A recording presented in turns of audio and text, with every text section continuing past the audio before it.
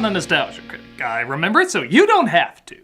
It's no secret the Dr. Seuss films have had a bit of a checkered past. Dirty hoe! Kiss it, Who Bill! How bad can I be? Pretty goddamn bad, apparently. But the one film that everyone agrees is the least bad is Horton Hears a Who.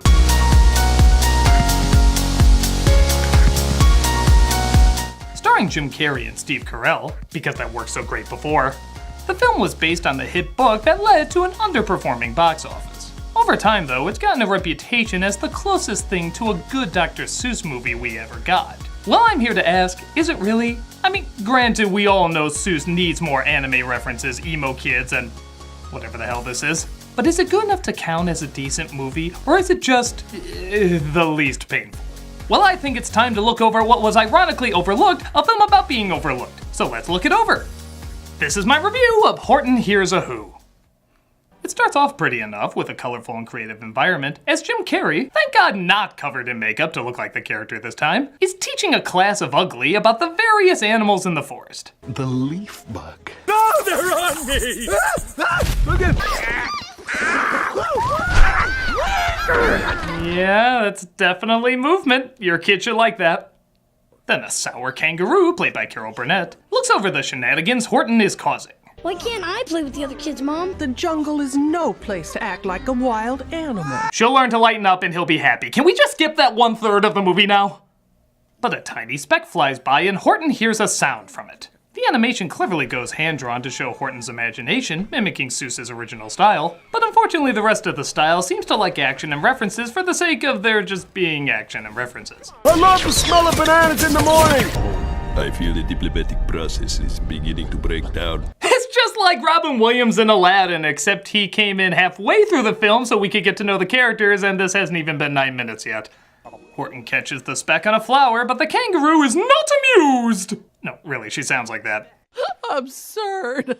There aren't people that small. What if there was someone way out there, looking down on our world right now? There is nothing on that speck. As an atheist, it's my job to be offended by that, and then offended by anyone else being offended by anything. But sure enough, there's a whole town of people on that speck, filled with people called the Who's. Steve Carell plays the mayor named... A man named McDodd. Wait, what? McDodd.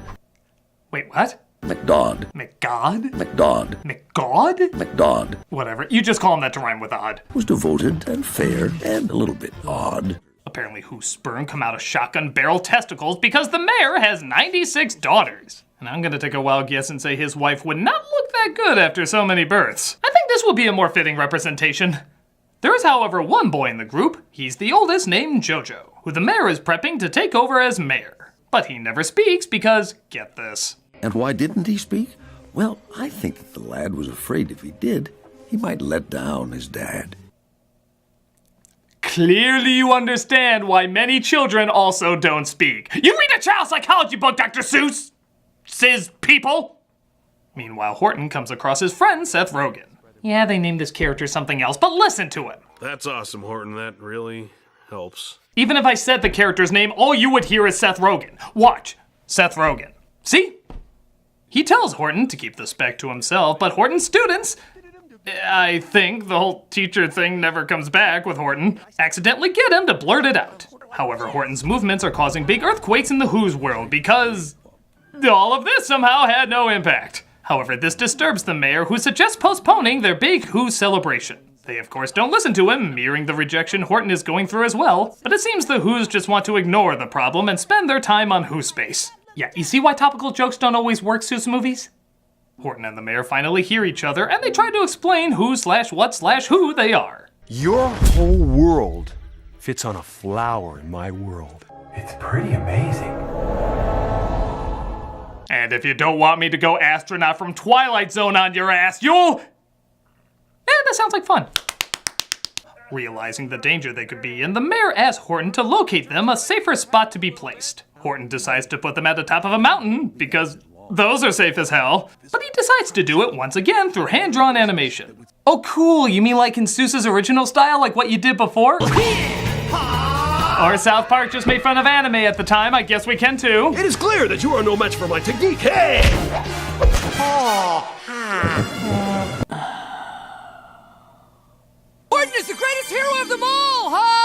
Horton! Horton, go! I think this calls for a facepalm with a facepalm.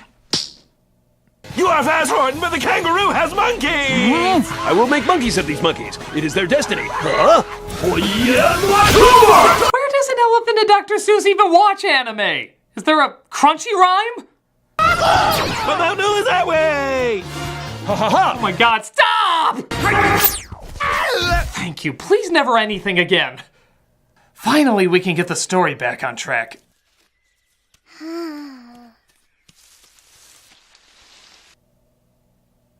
Do you need a break? I need a break. Here's a break.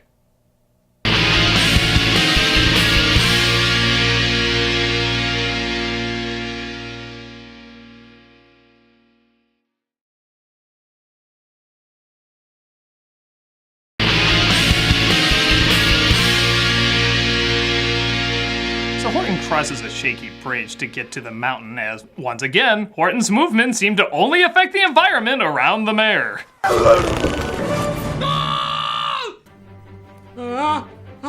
You know Carol Burnett is in this, right? She won't like that we're ripping her off. He makes it across the bridge and seems to be very happy. I feel really good right now. Maybe it's my new sense of purpose. You know, for a new sense of purpose, he sure does seem to do a lot of stuff with no purpose. The kangaroo hates that Horton's imagination is spreading to the children, so she decides to send a giant vulture after him. I will only do this for a price.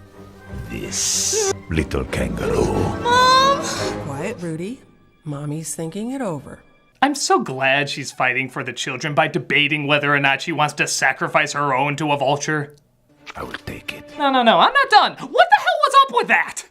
That seemed bizarrely out of character. She can be mean, but not give up her kid mean. I mean, don't get me wrong, she still says no, but wouldn't it make more sense if she was insulted by that gesture? She seems to just smile and walk away, forcing him to change his tune. In fact, even for his character, it doesn't really fit. He's constantly trying to look scary, but it's revealed he's not as threatening as he appears. In fact, he's kind of a screw-up.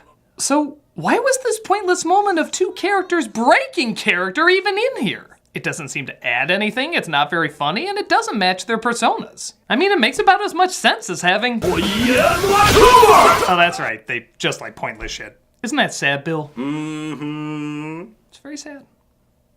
The vulture attacks Horton, resulting in one of my favorite jokes in the movie.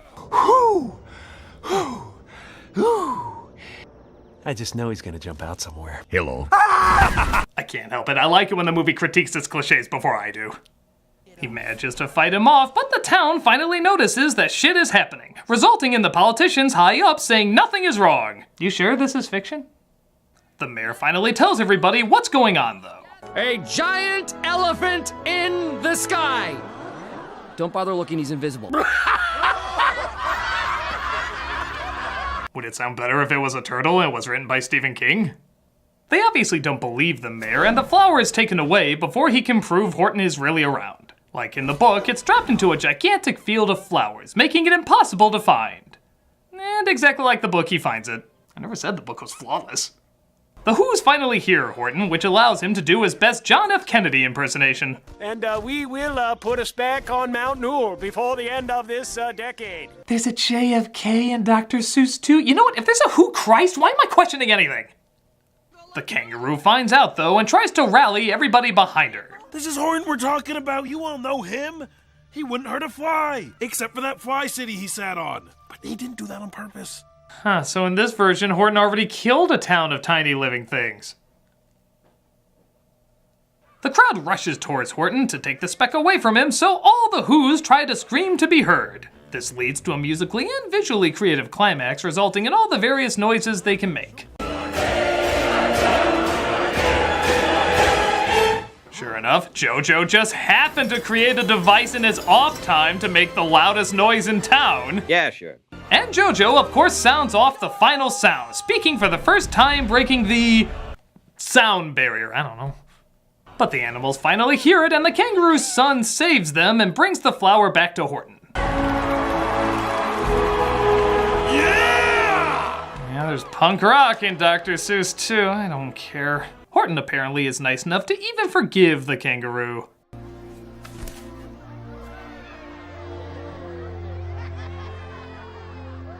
It's It's the least I can do for attempting mass genocide. What are we gonna do without you, Horton? I'll always be around. And even as I wonder... Oh, and in the last 5 minutes we decided to become a musical because our identity's not strong enough to say we shouldn't. We zoom out and see a whole universe of beautiful specks. And this butt ugly thing, what even was the joke with that? Don't tell me, I don't want to see it again. Horton hears a who? I hear a middle-of-the-road shrug. The bad stuff isn't nearly as bad as the other Seuss films, and once in a while there is a funny and/or creative moment, but it tries too hard to hit too many demographics, resulting in a weak experience, but not necessarily a bad one. It's not painful, it's just kind of confused. You can feel the pressure from studios, producers, and what have you trying to make this something distinct and instead turning out something kind of underwhelming. Still, I think kids can watch it fine. There's no real bad lessons in it, at least if you don't think too hard about them. I guess in hindsight, it is the best Dr. Seuss movie ever made, but given his other films, that's not exactly a high bar. It is what it is, a middle-of-the-road flick, and compared to the other Seuss films, I'll gladly take that any day. I'm a nostalgia critic, I remember it, so you don't have to.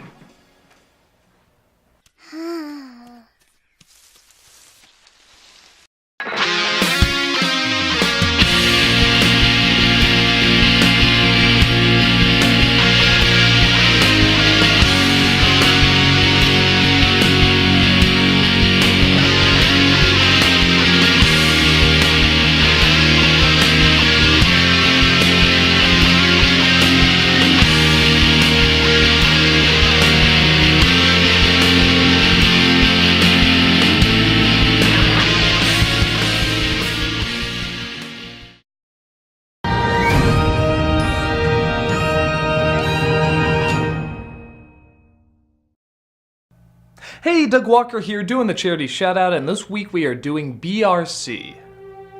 BRC is a leading provider of housing and services to thousands of New York City's neediest individuals. Offering a hand up, not a handout, BRC sees the potential in each individual it serves and provides each the opportunity to find it. BRC has a 24/7 outreach to homeless people living in public spaces, drug treatment, mental health care, comprehensive medical services, and supportive communities in which to live. More than 5,200 times in a year, an individual in need said yes to BRC and walked through their doors. And over 3,000 times, a BRC client successfully graduated and moved forward to reclaim their life. If you look at their site or their YouTube channel, you can hear all the stories of people this wonderful organization helped. Click on the link and see how you can help somebody find a new beginning.